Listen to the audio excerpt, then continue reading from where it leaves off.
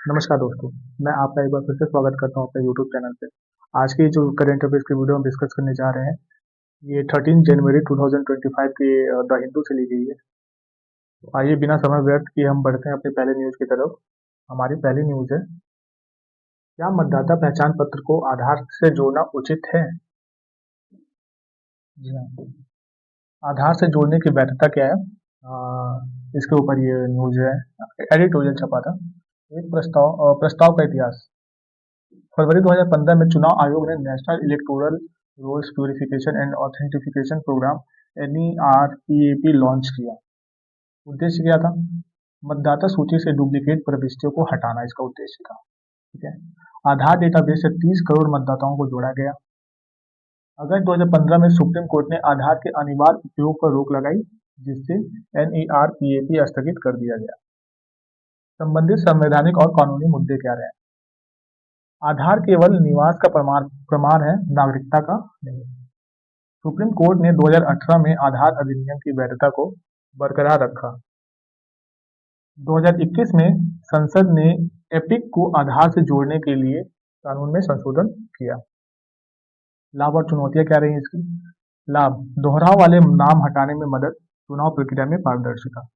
चुनौतियां क्या रही? गलत नाम हटने की संभावना, गोपनीयता का उल्लंघन, ये सबसे बड़ी चुनौतियां हैं जो चिंता का विषय बनी हुई है। अर्थात इस न्यूज में जो सबसे गौर करने वाला विषय है वो यही है, गलत नाम हटने की संभावना। आजकल के जब चुनाव आप देख रहे होंगे तो इसमें ये मुद्दा बार बार उठ के आ रहा है कि सरकार ये जानबूझकर मतदाताओं के नाम उनकी सूचियों से हटवा रही है। इस तरह के विवाद हमेशा आपको न्यूज में देखने को मिल रहे हैं। तो इसकी एक चुनौती ये भी है कि आप गलत नाम हटने की संभावना बनी रहती है। गोपनीयता का उल्लंघन जो है, राइट टू प्राइवेसी हमारा फंडामेंटल राइट है, उसका उल्लंघन ये सबसे बड़ा मुद्दा बन के सामने आ रहा है। आगे की राह क्या हो सकती है? मतदाताओं में जागरूकता फैलाने और डेटा की सुरक्षा सुनिश्चित करने की जरूरत है। कानूनों और प्रक्रियाओं को स्पष्ट रूप से संशोधित करना चाहिए। समाचार का महत्व। इस समाचार का यूपीएससी पीछे दृष्टिकोण से क्या महत्व है? सामान्य अध्ययन पेपर 2 में इसका महत्व है। सामान्य अध्ययन पेपर 4 में इसका महत्व है। प्रारंभिक परीक्षा में इसका महत्व है।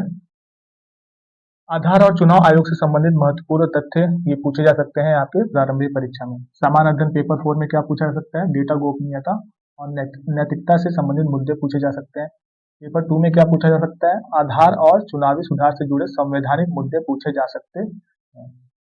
2017 आधार को सरकारी योजनाओं से जोड़ने से क्या लाभ और चुनौतियां हो सकती हैं? चर्चा कीजिए।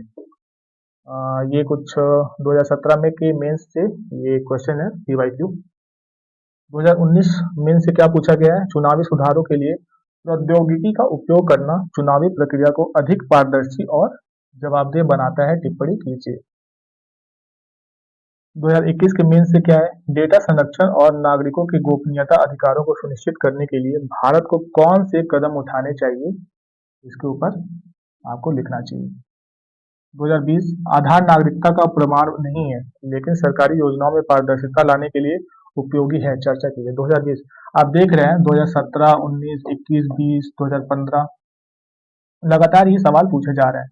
तो आप इसी से समझ सकते हैं कि ये मुद्दा कितना ही जरूरी है और आपको इस मुद्दे के ऊपर कितनी अच्छी जानकारी होनी चाहिए, क्योंकि ये प्रश्न हर साल ही आ रहे हैं। ब्रेन स्टॉर्मिंग के लिए हमारे पास है आधार और नागरिकता के मुद्दे। इन मुद्दों के बारे में आपको अच्छी जानकारी होनी चाहिए। मतदाता सूची में सुधार के उपाय, इसके बारे में आपको अच्छी जानकारी होनी चाहिए। चुनाव प्रक्रिया में गोपनीयता का महत्व, इस मुद्दे पे आपकी अच्छी पकड़ होनी चाहिए। बढ़ते हैं अगले न्यूज की तरफ। हमारा अगला न्यूज है, न्यू स्टडीज रिवील्स की insight into gene formation and evolution. नए अध्ययन जीन निर्माण और विकास पर रोशनी। जीन मानव विशेषताओं को निर्धारित करने में महत्वपूर्ण भूमिका निभाते हैं और हालिया शोध ने इस पर महत्वपूर्ण जानकारी प्रदान की है। मुख्य अध्ययन क्या है? दिसंबर 2024 में नेवादा विश्वविद्यालय और मैक्स प्लांक संस्थान के शोध ने बताया कि जीन डुप्लीकेशन नई विशेषताएं कैसे बनाता है।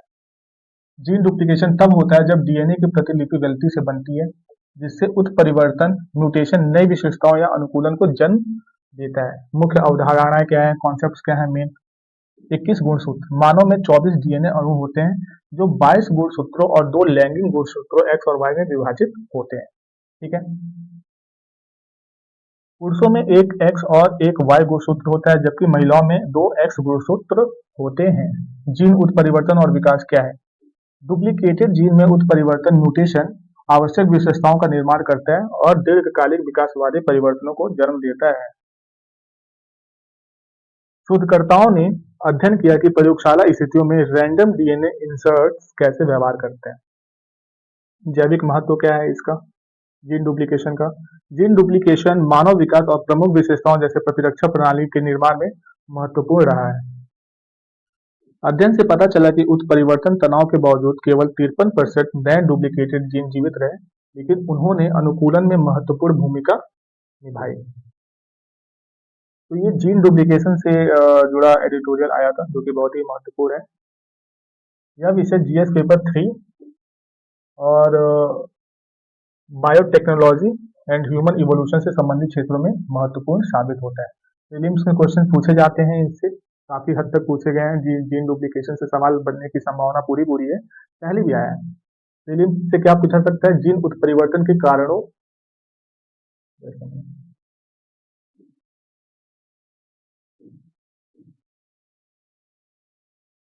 जीन उत्परिवर्तन के कारण होने वाली आनुवंशिक विविधता पर प्रश्न पूछे जा सकते हैं।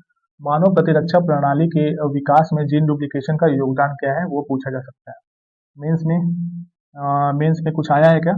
Yes. Discuss the role of gene duplication in human evolution 2019 में पूछा गया, जीएस पेपर 3 में।